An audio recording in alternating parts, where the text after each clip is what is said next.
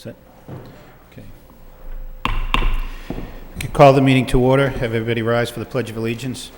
I pledge allegiance to the flag of the United States of America and to the republic for which it stands, one nation, under God, indivisible, with liberty and justice for all. Roll call. Ms. Faticante. Here. Mr. Leahy. Here. Mr. Leary. Here. Miss... I guess so.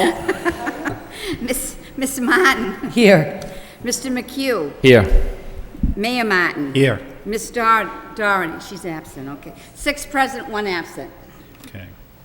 Right, the first matter on the agenda is approval of the minutes of the regular school committee meeting of August 16th.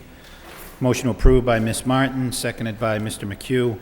All those in favor say aye. Aye. Any opposed? The minutes are approved. Under permission to enter, there are several matters. Madam Superintendent. Yes, thank you. Recommending the committee enter into the following contracts with Merrimack Education Center, $15,564 to amend the existing contract to provide for the out-of-district costs for 2 additional students enrolled and receiving services as outlined in their special education IEP, funding from the local school department budget, the special education tuition account. The African Assistance Center of Greater Lowell, $10,800 to provide for a parent liaison who will provide the Lowell School Department with bilingual, bicultural assistance to facilitate homeschool connections between African immigrants' families. Funding provided by the Refugee School Impact Grant. Trustees of Tufts College, $55,750 to provide professional development that will focus on implementing effective reading strategies across the curriculum. Funding provided by grants, the Title I and secondary reading grants. And Wayne Alarm Systems, $22,450 to provide daily monitoring of the existing alarm system and maintenance as needed, funded by the local budget. Middlesex Partnership for Youth Incorporated, $5,500, again to provide workshops and training for K-12 staff related to safety, wellness, and bullying prevention. Funding provided by the Safe and Drug-Free Schools Grant. Okay. Move Any approval, questions? Your Honor. Motion approved by Ms. Faticante, seconded by Ms. Martin. Roll call, please. Ms. Faticante. Yes. Mr. Leahy. Yes. Mr. Leary. Yes. Miss Martin. Yes. Mr. McHugh. Yes. Mayor Martin. Yes. Miss Doherty. No, Okay. yay or nay? Yay. Do you approve do you approve the contracts? Is that a yes vote for the contracts? Yes. Okay. 7 yeas approved. Okay, under memorials, several offered by Ms. Faticante. First, Stephen Connerton, son of Debbie Connerton, a paraprofessional at the Pawtucket Memorial School. Adelard Susi Jr., father of Donna Ruzick, clerk at the Greenhouse School. Marjorie Butterfield, a retired Lowell High School teacher. Timothy Vaughn, grandfather of Deidre Haley, assistant principal at the Sullivan Middle School. And Sean McCarty, a physical education teacher at Lowell High School. Warren Darman, former student at the Merkland School who was to enter 5th grade at the Stocklosa School last week. And Anna L. James, maiden name Nancy Stephen, mother of Ann Pimentel, payroll clerk. If we could all rise in a moment of silence in darkened chambers, please. Thank you. Thank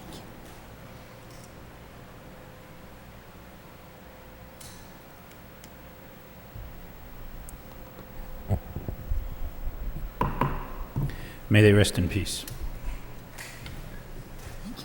Do too much, they go off again.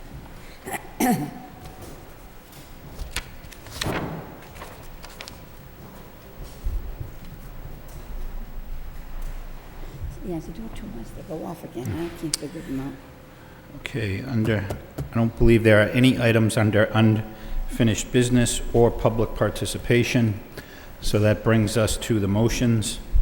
The first of which is a joint motion offered by Mr. Leary and Mr. Leahy, requesting a report on any positions funded in the 2006-2007 budget that are not currently filled, If applicable, include the rationale for the positions not being filled and the plans or actions to be undertaken to fill them. Seconded by, well, You don't need really. we don't know to- second since it's joint. Yeah. Who wants to go first? All right, Mr. Leary. Just real quick, I guess essentially what we want to do is just, if there's money to be saved in the budget, take a look to ensure that we're funding it. It's a simple motion. If there's positions that are not filled, such as, maybe an English teacher in the high school or a drama position in the high school, are we going to fill it? If we're not, what are we planning to use the money for at this point? So it's a pretty simplistic motion. Thank you. Mr. Leahy? Thank you, Your Honor. I'll just echo Jim's comments. The one thing that I was curious on is that it seems like every year we do have a few positions that we change midstream, so I would like an explanation on that if we're not filling all these funded positions at budget time, and the rationale behind that of switching positions midstream. Thank you. Thank you. Any questions? All those in favor of the motion say aye. Aye. Any opposed? The motion is approved. Next motion also by Mr. Leary and Mr. Leahy, requesting the superintendent provide a report to the Lowell High School Subcommittee regarding procedures used by Lowell High School to schedule students for classes in the 2006-2007 school year, the problems that resulted in August of 2006, and the steps taken and planned to address these problems now and for the 2007-2008 school year. Mr. Leahy? Thank you, Your Honor. This motion does speak for itself. We would like an explanation of what happened, what the problems are, how can we fix them, and, what does the high school need so these problems don't happen again. We're not going to sit here, I'm not going to sit here and point fingers, but we do have a problem. Let's get to the bottom of it and get the high school running more efficiently. Thank you. Thank you. Mr. Leary? Just real quick, I guess I want to point out that the important part is that we identify the problem. We understand exactly what the problem is. That's the first point. Pointing fingers, if it's a personal problem, if it's a personnel problem rather, or if it's a computer function or database function, matters not. The issue is identify the problem, understand it, eliminate the problem, ensure that it's not going to happen again. This has happened, I guess, in a consecutive, 4 or 5 years, if I believe correctly, we've had issues regarding scheduling. We cannot have problems scheduling any longer. So this motion really doesn't want to point fingers, but it seeks to ensure that this does not happen again. Thank you. Thank you. All those in favor of the motion say aye. Aye. Any opposed? The motion is approved. There was a memorandum in the packet this evening that attempts to address this, the last motion. I'm sure it will be followed up in more detail in the future. Next motion by Mr. Leahy, requesting the superintendent provide an update on the school crosswalks that are painted and crosswalks that need to be painted. Second by Ms. Fedicante. Mr. Leahy. Thank you, Your Honor. This is just my annual update on all the crosswalks that do need to be painted. And I would ask that we take a look at the new bus schedules where we have, especially this year, where we cut out a lot of the buses. I got a call from a parent. Their son or daughter walks from Hollis Street, which is across 495 on Boylston Street, over to the Pine. So over by the Bunting Club, there aren't any crosswalks over there. So this is a new situation. We have students over there that now have to walk. So it's almost a specific request that we have someone go over and look at it and put a crosswalk in and make it safe for at least those children that walk from that section of town. But we should also take a look at all the schools and see where all the kids are coming from. They do have to walk longer distances now, so we want to make it as safe as possible. Thank you. Thank you. Ms. Doherty? Yes, I'd like to just add to that. I think this is a very important motion, and I agree with my colleague that we've changed some stops and some pickup points. I would recommend that it go to the Transportation Subcommittee so that we could look at it more closely. in terms of really comprehensively going over the routes and making sure that where children are waiting for buses or crossing to go to school, there's the necessary crosswalk. So I guess I'd have to make that as an amendment. Amendment. Amend it, just to say, to send it to transportation. Okay. Thank you. All right. Second on the amendment by Second it. Mr. And I would Leahy. ask that the chair maybe be involved with going to each site and painting the crosswalks herself. I suggest that the chair have the assistance of the expert painter. Thank you. Okay. All those in favor of the motion say aye. Any, as the motion as amended is approved. Next motion is by Mr. McHugh. Request the superintendent prepare a report for the technology subcommittee on the status of the school system's network and technology infrastructure and the plan that is in place to address the needs for each school. Seconded by Mr. Leahy. Mr. McHugh. Thank you. I know in the past we've received some reports. We received one, I believe, the end of May and one in July, just kind of an overview of the technology as far as what we have for equipment and what each school is doing as far as the curriculum. So I think the next step is to take a look at how this is all tied together, and I think where we are with the equipment and how everything's working, and what do we have for a plan for the future to replace maybe switches and servers and things of that nature. So I'm kind of looking for that next step so we can start to develop well before we get into next year's budget to see where we're at. I know we at the high school bought some new software and some new equipment as well for the scheduling, which we had some motions on. So it's all, this is more just looking how everything's being tied together and how we can look at that and develop a plan for next year's budget and try to get some of that addressed as we continue to move forward. Thank you. Thank you. Anyone else? All those in favor of the motion say aye. Aye. Any opposed? The motion is approved. Next motion is by Mr. McHugh. Request the superintendent provide for the technology subcommittee the organizational chart for all positions that are part of the technology department, including the high school. Seconded by Mr. Leahy. Mr. Leary, I'm sorry. Mr. McHugh. Thank you. Just very briefly, this is just another piece. I think I'm looking now at just what do we have for staffing and what is the order of who's in charge of what items, and to see that all this is in a working order. I know we've had some technicians in the past, so I'm just not quite sure where we are with the staffing needs of the department. So this will be incorporated with all the other materials to really, I think, put together an effective plan on technology. Thank you. Thank you. All those in favor of the motion say aye. Aye. Any opposed? The motion is approved. Next motion by Ms. Doherty. Request the superintendent provide a report to the curriculum subcommittee on the summer school program. The report should include an analysis by site of the number of students and teachers participating, a breakdown of the cost for each location, as well as any indicators of the program's impact on student performance. Second by Ms. Fedicante. Ms. Doherty. Yes, thank you.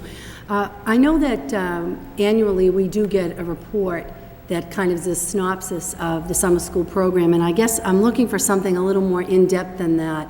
As my colleagues know, we were not able to have elementary summer school this past summer, which I think was a huge loss for our students who most need the help.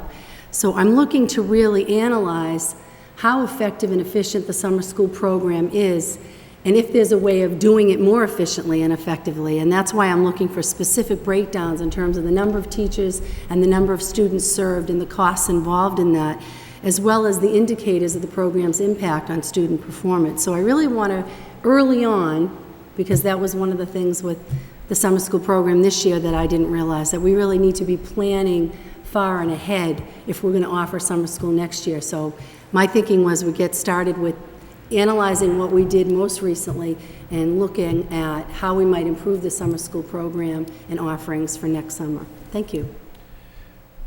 Thank you. All those in favor of the motion say aye. Aye. Any opposed? The motion is approved. Next item on the agenda is subcommittee reports. The first subcommittee report is for the ad hoc on building naming report and approval of the minutes of September 5th, 2006. Ms. Fedicante. Thank you, Your Honor. The subcommittee met last night. Also present was Jim Leary and Connie Martin. Other committee members present were Committeeman John Leahy. The item that was on our agenda was to review the recommendation that the Library Media Center at the George Sapasaris School be named in honor of retired Deputy Superintendent Ted Rurak. On a motion by Ms. Martin, seconded by Mr. Leary, that was made and seconded and voted for approval to be sent to this committee. I will refrain this evening from reading into the record the accomplishments of Mr. Rurak, because I would prefer, Your Honor, when we have the official vote on the 20th, to actually do that, when Mr. Rurak and his family will be here. Because as we said, it is important to, in fact, read those items into the record so that they are part of school committee history. But it was voted and that we recommend to the full school committee that this Library Media Center be named in honor of Deputy Superintendent Ted Rurak. Okay. Motion to accept the subcommittee report by Mr. Leary, seconded by Mr. Leahy. All those in favor say aye. Aye. Any opposed? The report is accepted. Next report is for the Curriculum Subcommittee, report and approval of the minutes of September 5th, 2006. Ms. Martin. Thank you very much. The Curriculum and Instruction Subcommittee also met last evening. Present from the subcommittee were myself, members Jackie Doherty and James Leary, and other members of the school committee were Regina Fatacanti and John Leahy. We had from central office Superintendent Brooks Bear and also Assistant Superintendent Jean Franco. And from the staff, we had Claire Abrams, our mathematics coordinator, and Dr. Pam Buchek, the English Language Arts coordinator. The key topic being addressed at this meeting was a result of a motion that had been made at a previous meeting.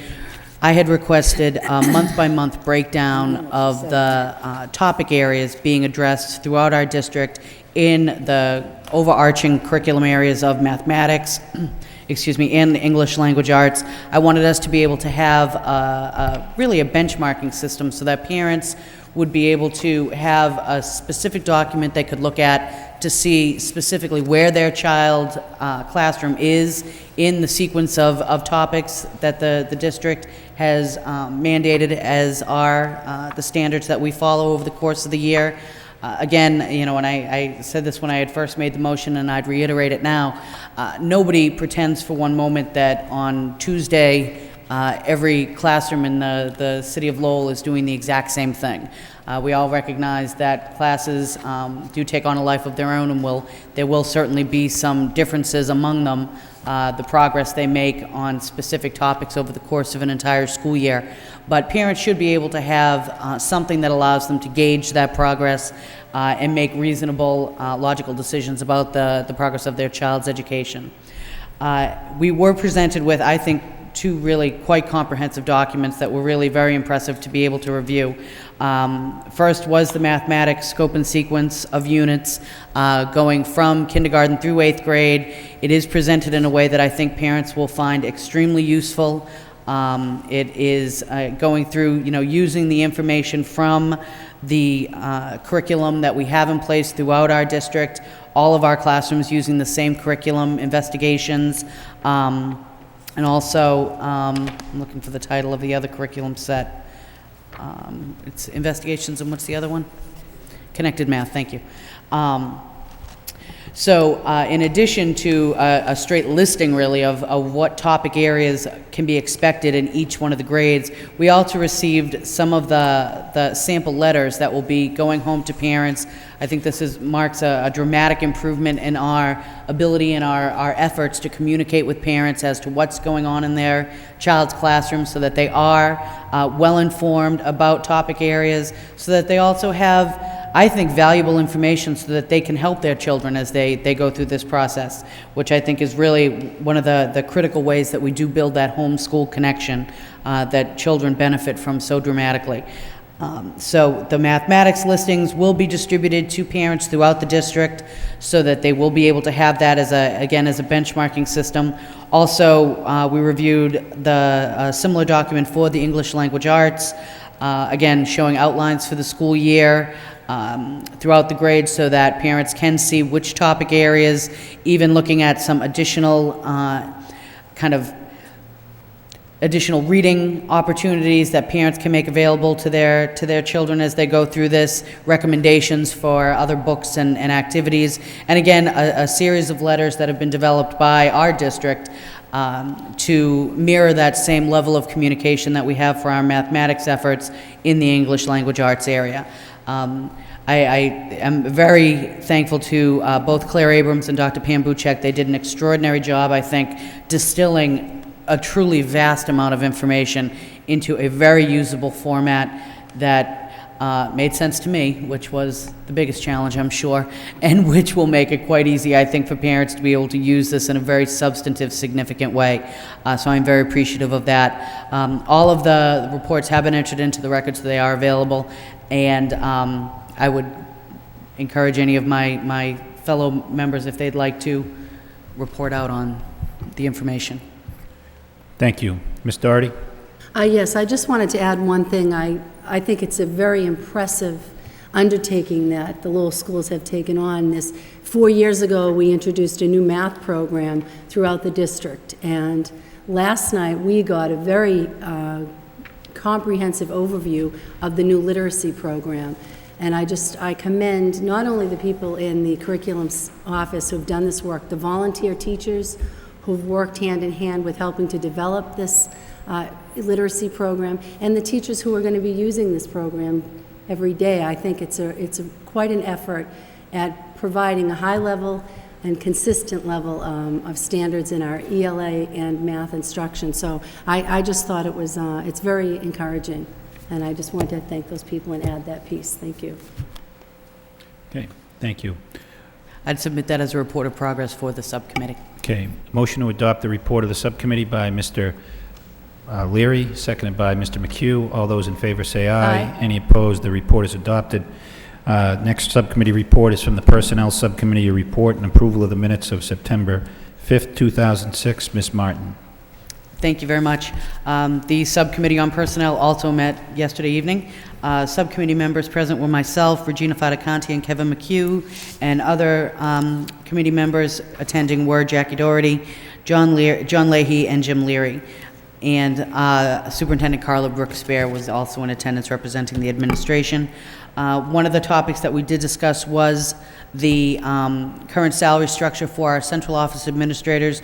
We did certainly discuss the current status of all the central office administrators, and it was the opinion of the subcommittee to, at this point, we are going to defer judgment on any adjustments for the current fiscal year, the current school year, and I would make that in the form of a motion to the full committee that we, well, and actually, do we even need to have a motion? We can just...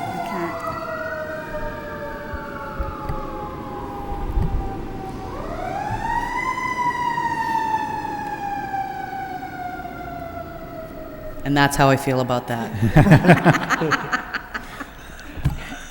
Okay, we're going to ask. So we don't need to make any. We're going to ask you to repeat how you feel about that. I couldn't hear it, so. So at this point, we are just deferring any decision on that topic. The other issue that was discussed during the subcommittee was the naming of a new deputy superintendent for the Lowell Public Schools. There was a motion made by Ms. Fatacanti, seconded by myself. I'll read it right into the record here. Consistent with recent practice of naming central office administrators on an interim basis for their first year, the subcommittee moved to direct the superintendent to name an interim deputy superintendent for 2006-07 with a salary adjustment of $2,000. That was passed by the subcommittee, and I would put that forward now in the form of a motion to the full committee. Okay. Motion to adopt the recommendation of the subcommittee by Ms. Martin, seconded by Ms. Fatacanti. Any discussion? Mr. McHugh. Thank you. I was present at the meeting last night, and actually I did not vote for this, and I think I would like to just, put my thoughts out there why I did not support it and why I will not support it tonight. I don't believe we actually need a deputy superintendent at this time. I think that has been a position that's been put out there. I believe most districts do not have it. We got the information from the Massachusetts Association of School Committees annual survey, and out of 134 districts, only 8 districts have the position of deputy. So I can understand why some of them have it. I think it's something I look at somebody aspires to after a long career with the system, and it clearly identifies who the number 2 person is in the district, which we all talked about for an hour and 45 minutes last night. I think that there's 124 districts that do not have one and manage to operate on a regular basis. I think that's important to note. Well, obviously, one of the assistant superintendents is appointed to fill in when the superintendent is not there. They manage to work effectively that way. I've worked in 2 districts. Neither one has had a deputy, and managed when the superintendent's on vacation or out of the office, somebody would fill in. I think we're in a very tough financial position right now. I think this is a way to look at this and save a few dollars. I know it's not a lot, because actually the amount that's as part of this motion is less than what we were paying previously, so I applaud that as an effort to control costs, but I still see that over time this will just gradually grow back to a higher dollar amount. And I think that's another important statement to really talk about. It's just more of a philosophical discussion I'm having here, that I think that at this time, it's something that I can't accept to move forward. As I'm saying, it's just, we're in financial tough shape. It's a way to look at it before we put someone in a position, then have to deal with it at a later time. Once we have it, I just feel it's too late to act on it at a next budget or a year from now. I think it's something we should just hold on and just try it for a year without, and just the superintendent could gladly choose one of the assistant superintendents, put it in their contract to say that that person is clearly the number 2 person. That would take away the confusion, because I think you're going to hear people say, well, there'll be confusion. Who's number 2? Who's this? Who's that? I don't think that 124 districts work that way. There is not confusion. So I don't buy that as an answer, that that's the reason why we only have a deputy, is because there's confusion. So I won't support this. It's really a philosophical discussion, and that's my reasonings for not supporting it. Thank you. Thank you. Ms. Fedicante. Thank you, Your Honor. We did talk about this for an hour and 45 minutes last night. And that's why I urged my colleagues that it was important to have the discussion at a non-crisis moment than to have the discussion in a crisis moment. And that there are enough things that can divide this committee, and I don't want that to be one of them. Mr. McHugh did point out that there are only 8 districts in 134 that have deputy superintendents. That is very true, Your Honor. But when I look at the same list that Mr. McHugh looked at, most school systems don't compare to Lowell. We're the 4th largest school system in the Commonwealth of Massachusetts. And so we have several assistants. And when you look at the bigger communities, they do have deputies. And the reason why most school systems don't have a deputy superintendent is because there is only one assistant, and that assistant by de facto becomes the person in charge when the superintendent is out of the office. I don't want that to happen. I don't want I'm going to be out today, so let me pick you today, and then the word doesn't filter down that this person is the deputy today. I think that when we have a school system of our magnitude, it needs to be very clear who's in charge all the time. And I think that from other assistants down to people, or across the board to people who are cafeteria workers, need to know who is in charge. And I think that that's extremely important. And I think that our reason for having a deputy has always been that, knowing who's in charge when the superintendent is out of the office. And when I call the office and I speak to our secretary, she says to me, the superintendent's not here, I'll put you right through to Deputy Ted Rurak. And I can ask him my question, and I know that he'll know the answer, because he worked in close conjunction with the superintendent. And that's what I expect. And that's what I want parents to be able to expect. And that's what I want staff to be able to expect. And that's what I want teachers to be able to expect if the superintendent's out of the office. So I voted for the deputy position. I think it's a minimal amount of money to pay. Minimal. And I frankly thought it should be more. It's a minimal amount of money to pay, and I think it's a position that's well worth us having. Thank you. Thank you. Mr. Leary? Yeah, just quickly, I attended the meeting as well. I'm not part of the subcommittee, but I agree with Committee Man McHugh. I'm not going to support this position for Deputy Superintendent. We did have a very lengthy and very thoughtful discussion, and it's basically a philosophical discussion. The way I interpret it, when I have a particular issue, when I'm not talking to the superintendent, if I have an issue regarding operations, I go to the operations assistant superintendent. If I have an issue with the student affairs, I go to the superintendent who handles that. I respect all four of our assistant superintendents, and I feel that all four of them could hold the role while our superintendent's on vacation or at a conference out of town, should that ever occur. I do respect other members' opinions regarding the deputy superintendent position. I would only point out that the city, when the city manager leaves, there's one individual in particular. I think last administration it was Jim Kennedy. This administration, I believe, it's T.J. McCarthy. So we do have, all four of our people are qualified to take on the role of managing this department. And quite frankly, the individuals in their specialties would handle certain situations regardless of the superintendent not being in attendance, in my belief. Again, I do respect the other opinion because they do have valid points. So unfortunately, I'm going to vote no on this particular issue. Thank you. Anything further? Okay. Roll call on the adopting the recommendation of the subcommittee. Ms. Fattacante? Yes. Mr. Leahy? Yes. Mr. Larry? No. Mr. Martin? Yes. Mr. McHugh? No. Mayor Martin? Yes. Ms. Doherty? Yes. 5 yeas, 2 nays, it passes.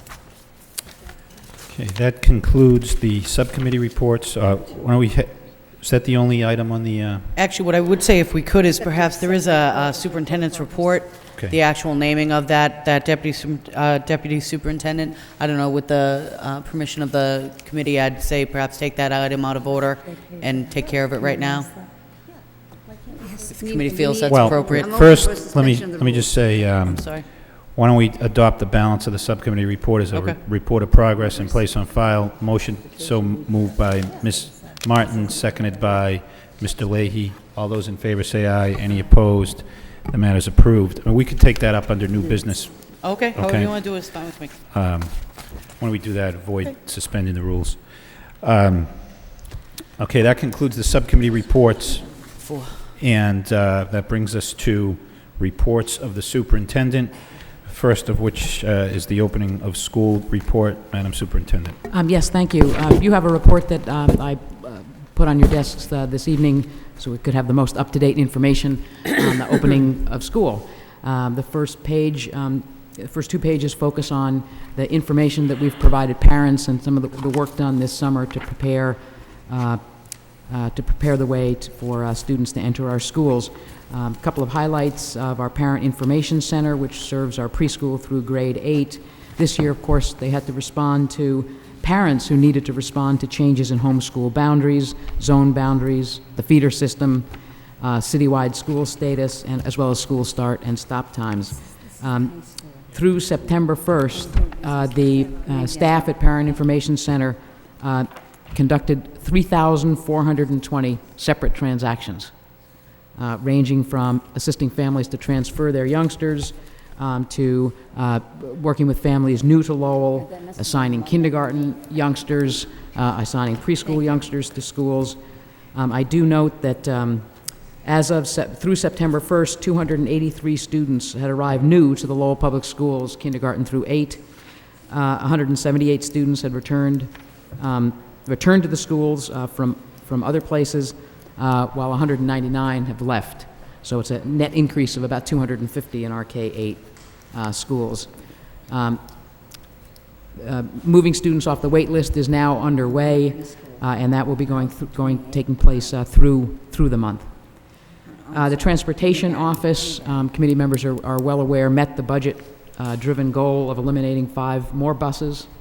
So in combination with the 7 buses from the year before, we're talking about transporting youngsters same distances with 12 fewer buses for a savings in excess of $500,000. those of you, committee members who went by the Parent Information Center saw it very busy when the bus passes went out.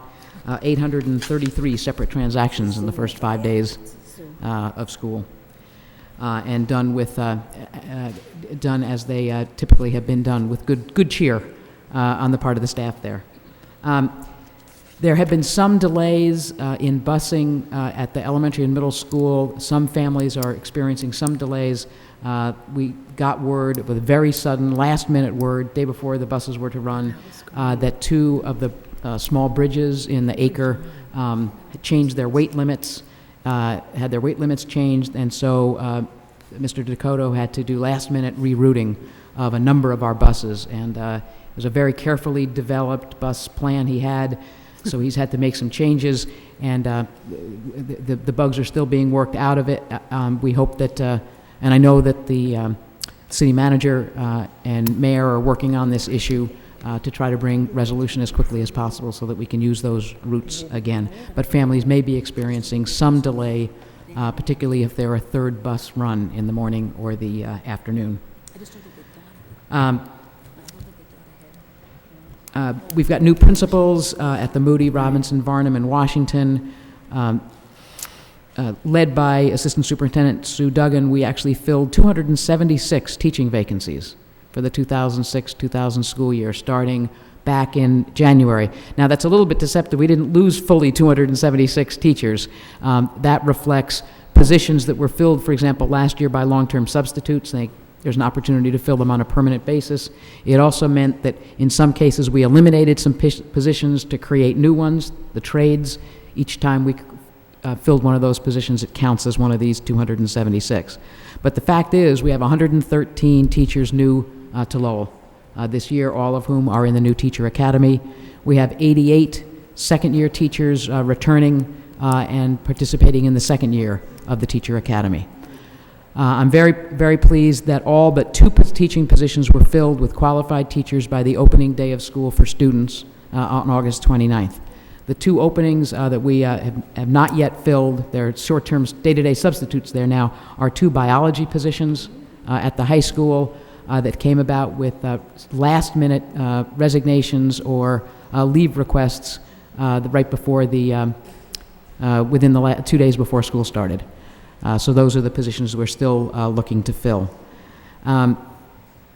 Again, under Sue Duggan's direction, the hiring and assignment of professionals and English language learner tutors is well ahead of schedule from previous years. The report also outlines the focus of professional development over the summer and looking ahead to the year.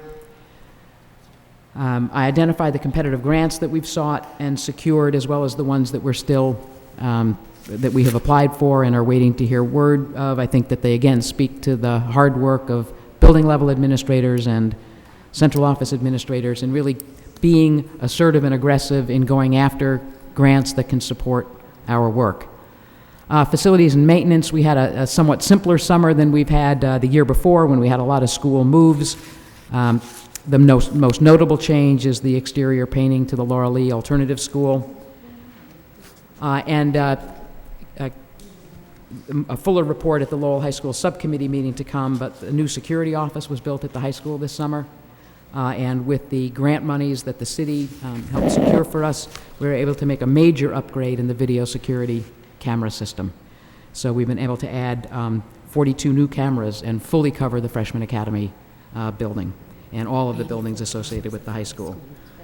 A lot of effort has gone into the new student database system. I'll mention a little bit more of that related to the high school scheduling. We'll have a training for all administrators next week on a new integrated phone voicemail system that will allow us to significantly improve communication with families. The reading materials and programs that the school committee supported through the budget process have all been secured, and they're on site. I was in the Freshman Academy on the second day of school, and one of the Read 180 rooms was already set up, and there were students already in that class, and the other classroom was being assigned and set up, and should have been in operation by Tuesday. So I want to again thank the committee for that support. We look forward to reporting on progress. New televisions, 42 units, and VCR machines are being installed at the Freshman Academy so that we can link the Freshman Academy video system with the high school, which was a challenge the Freshman Academy faced last year. It was disconnected from the video system at the high school. So it's a significant improvement. A lot of work went into that. You have some information about summer school, because that's, of course, another part of preparing for the year. The school committee's policy on middle school promotion and retention, which puts a real premium on attendance and academic achievement. 297 middle school students completed summer school and therefore were able to be promoted. They would not have passed, they would not have met those standards without attending and completing summer school, and they met that requirement. So I know the committee will be pleased to hear that. Middle school had 91% average daily attendance at summer school.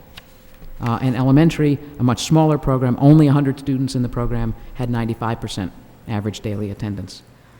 And again, a fuller report will be coming forward on that.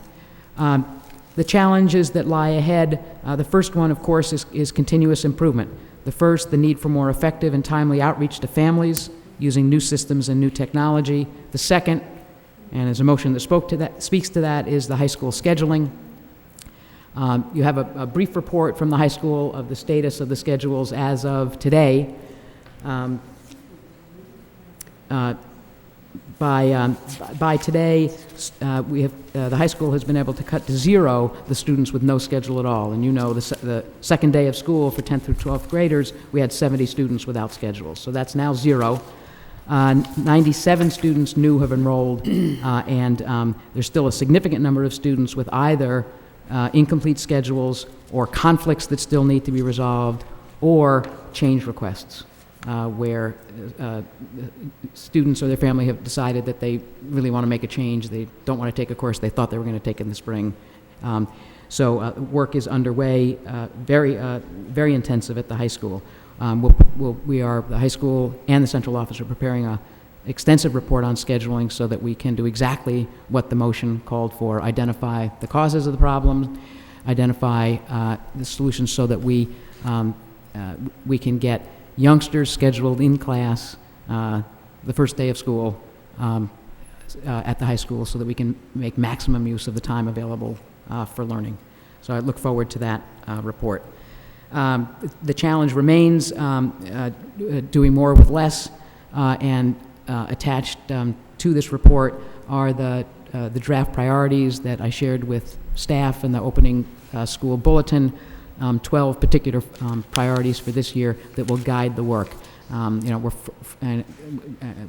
We know that if we focus our energies, a concerted effort on a manageable group of the highest priorities, we can continue to make progress despite the shrinking resources. So welcome any questions on anything related to this report or related to the opening of school.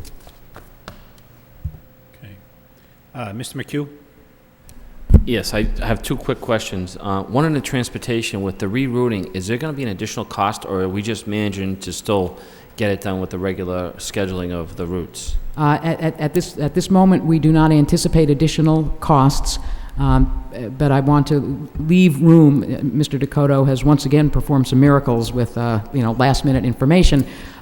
So we have to see, now that kindergarten is in session this week, how big the problems are, and also how long the problem's going to last with the bridges. So we'll keep the committee informed if we expect there will be any additional costs. As of this moment, he's been able to do the changes without additional cost. We might want to send letters home to parents, just let them know that there may be a delay in getting a little bit home at this time, just so the parents aren't standing on the street corner waiting for their child to get dropped off, and it's just taking a little bit longer, so now they're going to have to go around. So just as a thought.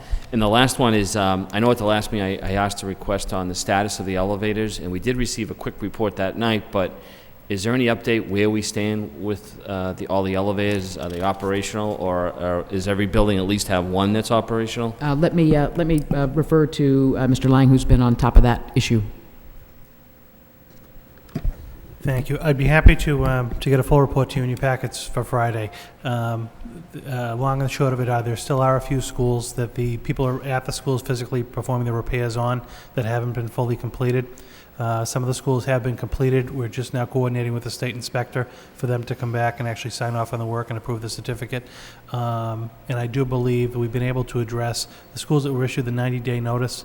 Those repairs have been done, and the inspector is scheduled to come back on Friday, the 22nd, to do his normal 90-day review to make sure the work was done, and we anticipate no issues having those be signed off on that day. So everything is currently being addressed. There are still some schools that do not have functioning elevators, but there are physically crews there working, fixing them as we speak. Do all the schools have at least one operational elevator? Or is there a school like without one at this point? There are technically schools without operational elevators right now. At the elementary level, I know off the top of my head, like the Lincoln School is one there. Work is just beginning, I believe, actually today on. At the middle school, I don't want to say the name, if I'm not sure, but there are some at the middle school level as well. I just hope we have a plan in place to address the needs of those children so we can get them around. I think that's what I was looking for in my motion. Oh, I can speak directly to that. I know that each of the principals whose elevators, if there was any possibility that the elevators an elevator would not be available in that school, developed a contingency plan directly for the students in the school who would need elevator to get around. They ranged from moving the location of classes in order to accommodate youngsters to developing an alternative way of getting the youngster to the space. And in some cases, that's required changes in the individual education plan, and parents were contacted and conferences held. So they took it very, very seriously to make sure that parents were very well aware and that they took major steps to accommodate those needs in spite of not having the elevator. Could we just get a follow-up report on that as far as which ones still need to be addressed and explain that plan as well? Thank you. Mr. Leahy? Thank you. Through you to the superintendent. After looking at this report, the first section with what the Parent Information Center has done, I mean, they have their hands full. We only have maybe 3 or 4 people down there full-time, and they really did a lot of work, and they take a lot more abuse than they should. So, but after seeing what they've done all summer, it's amazing. But a couple of comments that I did want to make is that we do have a motion that was made over the summer, and some of this relates to it, where we need to take a look at what we're doing and improve our school system. We have the student numbers are up, and over the last few years, we've had less teachers, less paras, less buses, more walkers. So we do have to address these issues, and it's almost like a continuing, like a maintenance schedule for ourselves to make sure that we're always running efficiently and serving our students the best that we can. There is one issue that came up, and I did want to take a look at the cell phone policy, where there are more kids walking longer distances.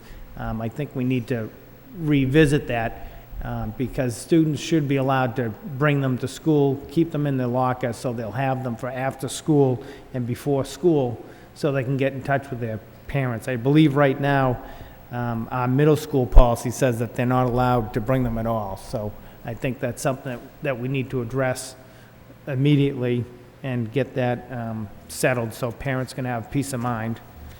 The only other comment I had was more of a facilities and maintenance, and we are going to schedule a meeting within the next couple of weeks.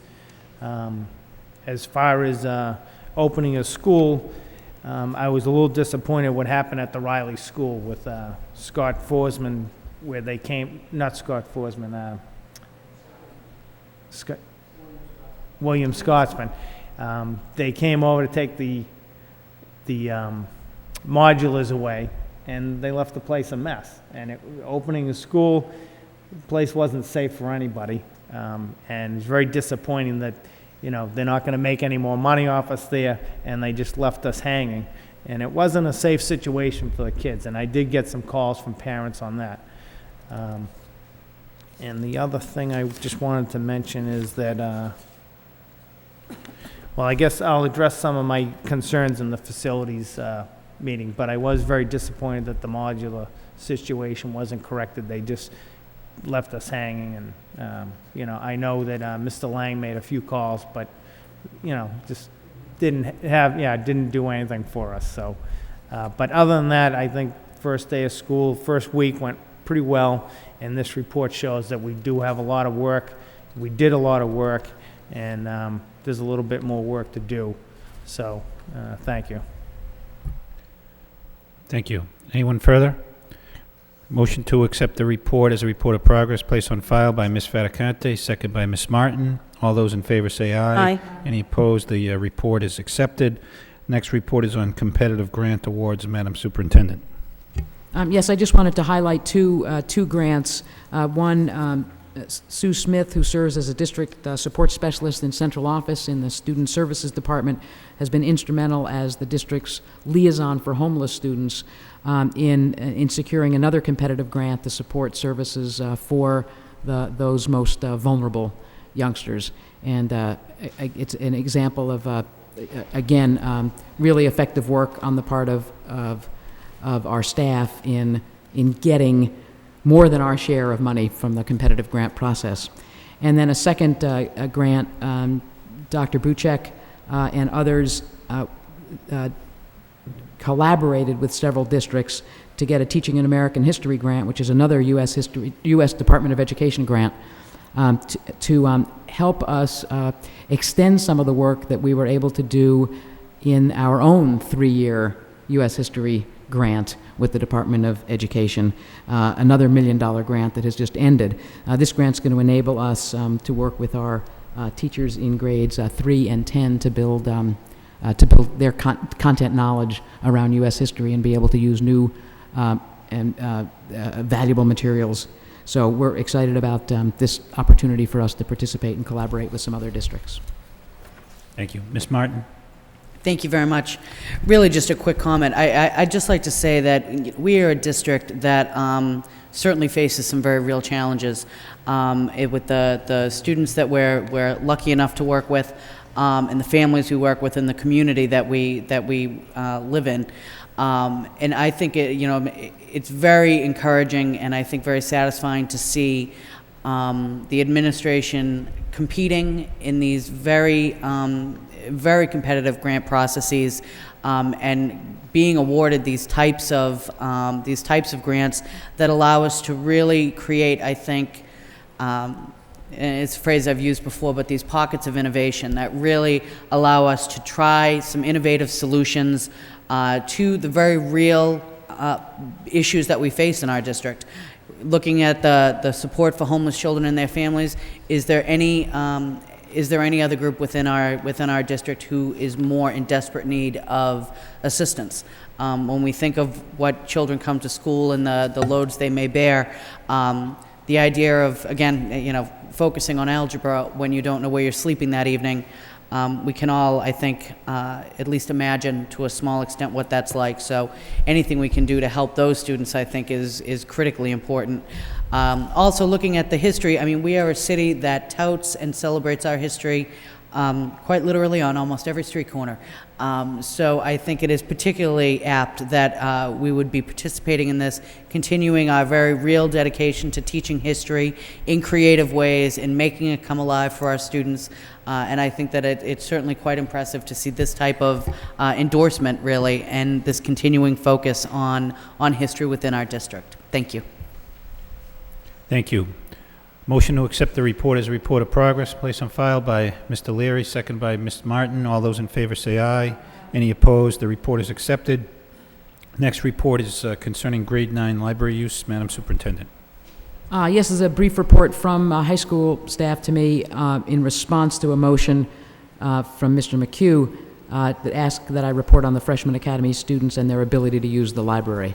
So Dr. Jack has outlined grade 9 library use and the orientation program that's made available and the opportunities that students have as part of their classes to use the library at Lowell High School. Mr. McHugh. Yes, thank you. I'd like to thank the administration for at least putting a plan in place to allow all the students at the Freshman Academy to have the opportunity to get over to the library on a regular basis. One of the things, I'm not sure on the space issues, but I think one of the other things that might be need to look into would be either a computer, like maybe a small computer lab with 2 or 4 computers in, just to allow a student to do some research or something. I think that was, when it came to my attention, was that I think it wasn't that the whole class could go, it was that student needed to do some research on a project in one of the classes, and they weren't allowed to go over by themselves. So at least we're taking steps to allow the class to go over and do research together. But if there was ever the chance where a student needed to do independent research, I'm not so sure that this plan would fully address that. So if we could at least have them take one quick look at either, I think the option is, how would they allow a student to go independently, or would they have to wait to the once every week of the week to go over, or is there a way to get some maybe computers or research materials in that building for them as part of the completion of this plan? I think would be very helpful. Thank you. Thank you. Motion to accept the report as a report of progress, placed on file by Ms. Fattacante, seconded by Mr. McHugh. All those in favor say aye. Aye. Any opposed? The report is accepted. Next report is on the Teacher Academy. Madam Superintendent. Yes, Lowell's Teacher Academy, which is starting its second year, will be a featured presentation at a major conference in New York City in October. And we received a $1.5 million 3-year grant over 3 years to launch the Teacher Academy. It is being looked at as a model for not only the Commonwealth but nationally, a model for how to do teacher induction well. We're learning a lot along the way, and this is just some recognition that this is one of our pockets of innovation, as Ms. Martin would call it. Thank you. Mr. Leary. Just real quick, Madam Superintendent, what year are we in this grant right now? Pardon me? What year are we in the teacher academy? It's year 2. Year 2. So next year will be the last. This Yes. year's year 2. Next year will be the last year. Is there going to be another funding mechanism once this grant has been alleviated, or is this going to be part of our recommended part of our budget in 2 years? It has to be a part of our ongoing budget. We're continuing to identify other potential resources to help pay for it. For example, the grant we got was for elementary and middle school induction program. We've secured a $45,000 grant for this year to pay for the second year of the high school component of it. But it will be a commitment that we will need to create the resources to maintain over the long haul. So will there be other opportunities for other grants to come up to continue the funding after this has been alleviated? I mean, you just said you had additional funds coming in, obviously, but what I'm hearing is 2 years from now, we will be obligated, and it's a good program, obviously, but we will be obligated to fund this program. Yes. And I guess my big question is, there are other funds coming from wherever besides our monies to fund this excellent program? It really is going to become an obligation that we're going to continue to attempt to secure outside sources of funding to support it beyond year 3. Okay. Ultimately, though, we'll have to find if we have to do it without those additional funds, we will have to find a way to do that within our available resources. But we do have 2 years to come up with some type of exactly, and we're looking at ways to do that already. What's the annual cost for that, just for roughly? Roughly $450,000. Okay, thank you. Thank you. If I could just comment, that type of funding mechanism is not at all uncommon. We've seen similar things in other city departments, most notably the police department, where in the early and mid-'90s, Justice Department made funds available for new police officers. They'd fund you for 3 years, and you'd have to pick up the commitment beyond that. And that's something that's led to a great deal of success in that department, and also this type of thing.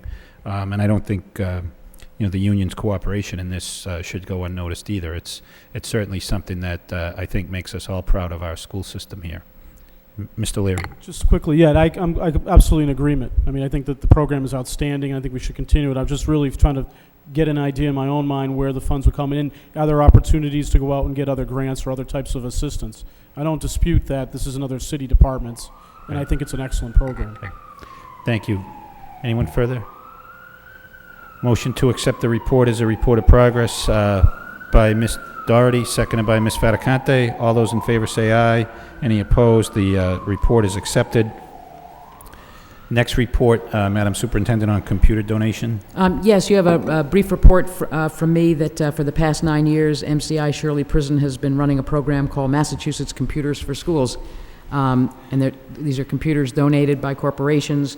We're going to be the recipients of 300 of the computers, and they'll be able to be distributed to high school students.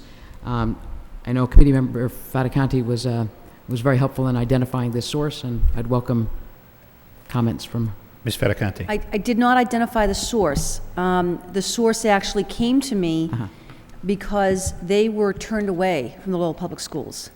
And this has happened before to us.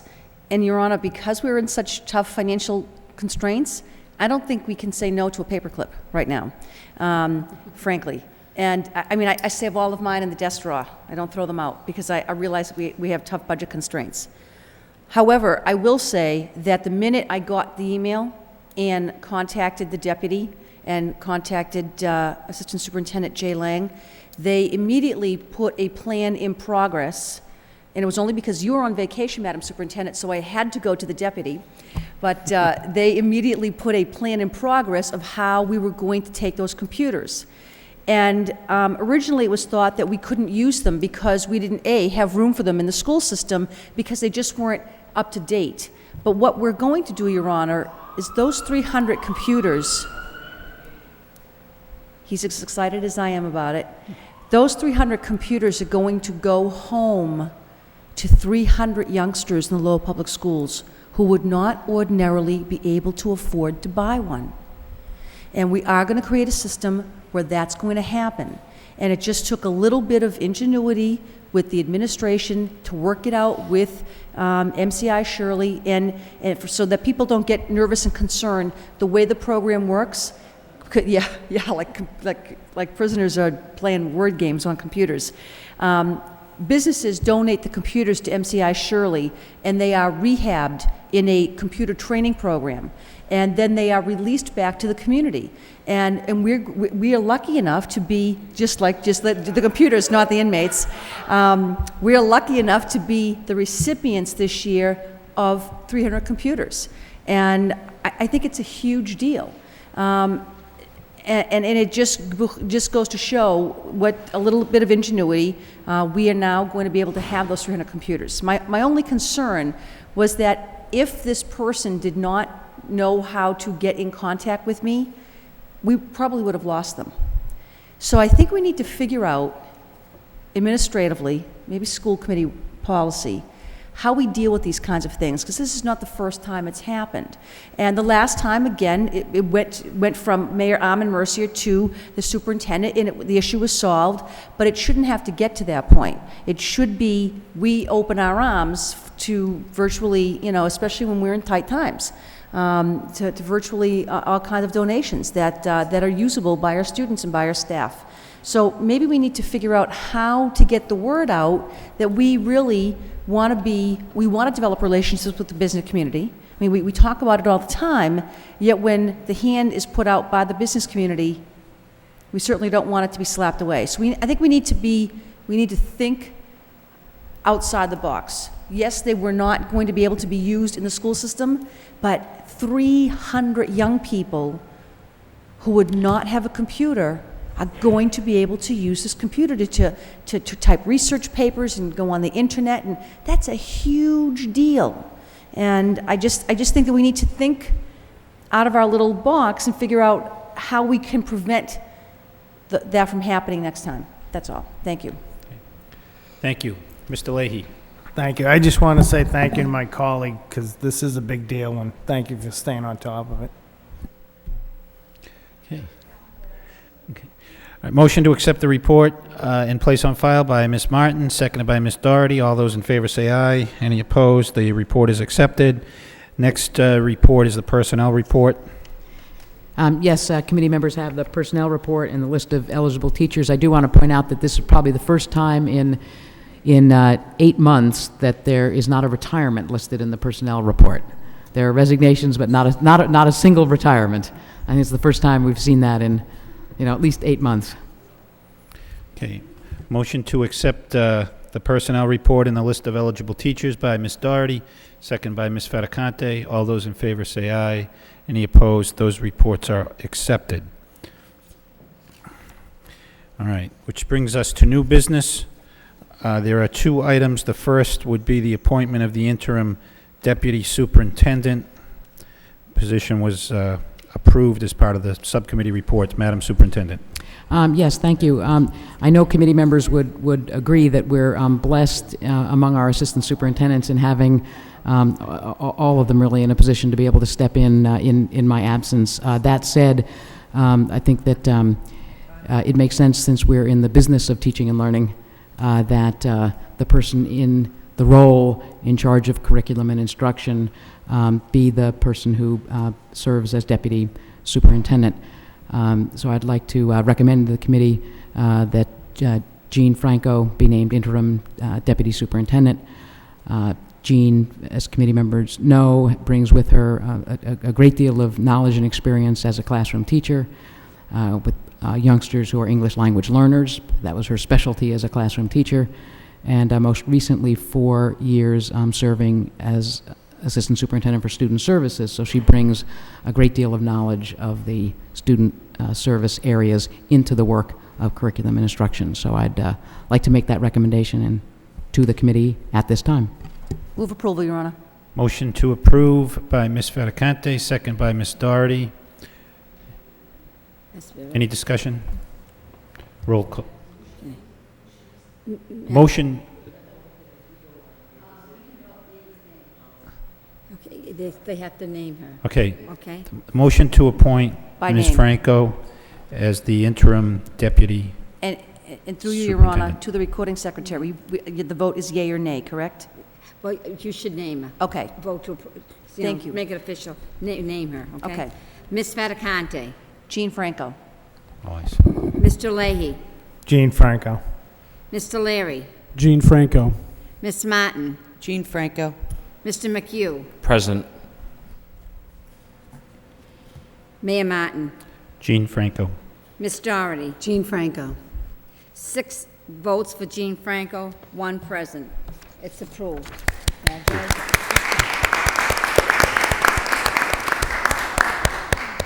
May I invite the newly appointed interim deputy superintendent to take the seat here.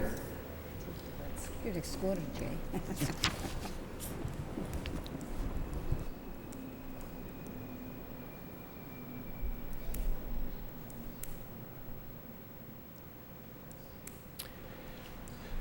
Okay. Okay, we're making history, because that's the first time in Lowell history 2 women are sitting there. Just want to let everybody know. Oh, no, Helen Flanagan. But that's a very positive thing. It's a very positive thing, Very because Helen positive Flanagan thing. was the deputy when Henry was superintendent. That's a big deal. Okay. I think, and that's very true, in a district that was historically not particularly Right. encouraging to women in positions of administration. Certainly in the last 15 years, we have done a dramatic turnaround, culminating. Started with Henry's harem. There you go. Superintendent Henry Mraz, in 1 year, hired 7 female principals.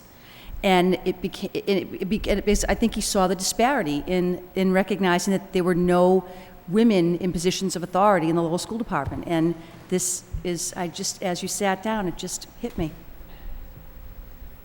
Okay, congratulations, Ms. Franco. Next item is under new business, a change to the school year calendar. Madam Superintendent. Yes, as I explained here, the 2006-2007 school calendar that I brought to the committee for approval last winter recognized Veterans Day on the day it falls in 2006, which is a Saturday, and does not have a day that's set aside when the schools and central office are closed. We've learned that the Department of Education has deemed this entirely a local option, and here in Lowell, of course, we take honoring veterans seriously. City Hall will be closed on Friday, November 10th to honor veterans. So therefore, I'm recommending that the committee act to amend the 2006-2007 school calendar to close school on Friday, November 10th in honor of our veterans. This will push the 180th day of school to Monday, June 11th, but with snow days, which we can anticipate we'll have, we can assume that school will end sometime later that week. Move for approval. Motion approved by Mr. Leahy, seconded by Mr. Leary. Roll call. Ms. Fattacante? Yes. Mr. Leahy? Yes. Mr. Leary? Yes. Ms. Martin? Yes. Mr. McHugh? Yes. Mayor Martin? Yes. Ms. Doherty? Yes. 7 yeas, approved. Ms. Doherty? Yes, Your Honor, through you to the superintendent. I believe that some of the schools have already sent out the schedule, so I would just ask you to have, Absolutely. we'll have to send an updated schedule out for parents. Absolutely. Thank you. Some parents might want their kids to be out of the house, though. Okay, the next item on the agenda are convention conference requests. Your Honor, And before you go further, may I point out one item on the convention conference request, and that would be, if we could all refer to item number 2? yes, Not that I want to deny the person from attending this seminar, but it is not school-related. And so I refer back to the substitute teacher cost of $600. Now, we do have an explanation letter, and this is in accordance with Article 9, Section L of the current collective bargaining agreement. Does that mean even when this person is at a non-school function, the school department has to pick up the cost of the substitute teacher? I Yeah, This is not a Superintendent? school function, and if it were, I would have no problem with it, but it's not a school function. I think perhaps it would be wisest to approve the trip, hold on the decision about Paying? paying, and have a follow-up discussion. Perfect, In an appropriate setting. perfect. I could do that. That'd be my recommendation for Only action. because, if I look at the above 6 requests, nothing coming out of the school department budget, 220 kids going on various locations to colleges, ROTC drills, I mean, just amazing opportunities. And I look at the others, and again, it's teachers who are going to conferences, and not that I want to deny this person whatsoever, but our substitute teacher budget is very, and I see the assistant superintendent shaking her head, is very small. $600 is a substitute teacher for a week and a half. And I just am having a hard time taking it out of the substitute teacher budget. okay, so is that a motion to approve number 2, but the trip, but not the cost? Yes, And then, so moved by Ms. Fattacante. Wait a minute, okay, wait a minute. Number 2, approve the trip but not the cost. Right. So moved by Ms. Fattacante, second by Ms. Martin. And we'll take Please. up the cost at a later yes, date. yes, Okay. most definitely. Right. Because if I'm wrong, and that item says we need to pay for it, then that's fine. It's a contractual issue. But then I think I need to know. Okay. I need to know that for sure. Okay, roll call, please. Thank you. Ms. Fattacante? Yes. Mr. Leary? Yeah. Leahy. Leahy? Yes. Yes. Mr. Leary? Yes. Ms. Martin? Yes. Mr. McHugh? Yes. Mayor Martin? Yes, Ms. Doherty? Yes. 7 yeas, approved. Thank you, Your Honor. okay. As to the rest of the requests, if you just bear with me, they're somewhat lengthy. First is permission requested for the following Lowell High School Air Force Junior ROTC students and staff to travel, stay in 6 overnight field trips on the following dates. David Smith, Robert Jakes, Kevin Casilli travel North Georgia College and State University, Delahunga, Georgia, November 3rd through 5th. Approximately 5 students to attend the AFJ ROTC Leadership Challenge Week. No cost to the school district, no substitutes needed. Second, same people plus Robert Olson, Jose Santiago, Mary Franz Allen to travel New York City, October 25 to 29, 2006 with approximately 40 students to visit Wall Street, Ellis Island, United Nations. No cost to the district, cost of $300 for substitutes to be paid by individual school funds. Next is this same four, Smith, Jakes, Caselli, and Olson, and Ann Bienvenu to travel to Cape Kennedy, Florida, Patrick Air Force Base with approximately 40 students, March 17 to 21, 2007. No cost to the school district, $300 for substitutes to be paid by individual school funds. Next request, David Smith, Robert Jakes, Kevin Caselli, Robert Olson, Jose Santiago, Mary Franz Allen, travel Washington, D.C. with approximately 50 students, April 10 to 14. No cost to the school district, a cost of $400 for substitute to be paid by individual school funds. Next request, David Smith, Robert Jakes, Robert Olson, Kevin Caselli, Mary Franz Allen to travel to Stratford, New Hampshire, May 8 to 11, 2007. Approximately 50 students to attend the Air Force Junior ROTC Summer Leadership School. No cost to the school district, $400 for substitutes to be paid by individual school funds. And Robert Jakes, Kevin Caselli, Mary Franz Allen, a travel to Daytona Beach, Florida, date to be announced, with approximately 35 students in order to represent Lowell High School at the drill team event national championship. No cost to the school district, cost of $500 for substitutes to be paid by individual school funds. That's one item. The next item is permission for Patricia Murphy Pinchot, Assistant Coordinator, Family Literacy Center, to attend the Department of Education required ABE Directors Meeting October 4th and 5th, 2006 in Falmouth. Cost of travel not to exceed $375 to be paid by the Even Start Grant Fund. An overnight trip for staff, chaperones, and fourth grade students to the Pawtuckettville Memorial School for an overnight field trip to the Museum of Science in Boston, Mass. Saturday, October 28th, returning Sunday, October 29th. No cost to the school department. And finally, the Lincoln School Principal, Sarah Dunning, along with staff members Kathleen Casey, Deborah Krupkowski, Artemis Gore, request permission for the 17th Annual Literacy for All Conference in Providence, Rhode Island, November 5th and 6th.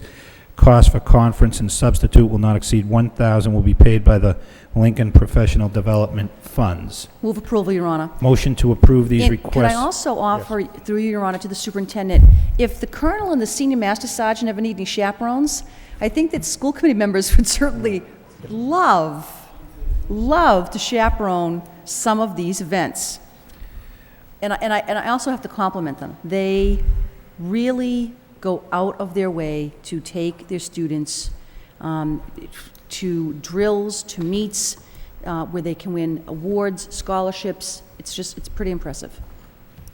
Okay, motion to approve these requests by Ms. Faticante, seconded by Ms. Doherty. Roll call, please. Ms. Faticante? Yes. Mr. Leahy? Yes. Mr. Larry? Yes. Ms. Martin? Yes. Mr. McHugh? Yes. Mayor Martin? Yes. Ms. Doherty? Yes. 7 yeas, approved. Okay, I believe that concludes the agenda. Ms. Martin? Thank you very much. Not to trot on my colleague's territory of the point of personal privilege, but It's all right. I left my Mr. Rogers sweater at home, so. But I did just want to take a moment. This is our first meeting in September. We've welcomed back over close to 16,000 students here in the city of Lowell between last week and this. It's, like every beginning of every school year, and as someone who works in the downtown and kind of gets that influx of high school students, and like I'm sure many of us, gets those moments when you're trapped behind the school bus, when you're in a hurry, which is the things that harken the back-to-school season, I think, for a lot of us. I did just want to take a moment to say, welcome back to all of our students, to all of our teachers who have been at the front of our classrooms, ready to really begin a brand fresh new year with great energy and devotion. And I think that certainly from the committee's point of view, and from our community's point of view, we're thankful for the work that they do. We charge them with a heavy duty, and we expect a great deal from our teachers, from our administrators, and at the end of the day, from our students. So as we begin a new year with very high expectations, I think we're all looking forward to seeing the successes that we chart over the course of this year. Thank you. Thank you. Well said.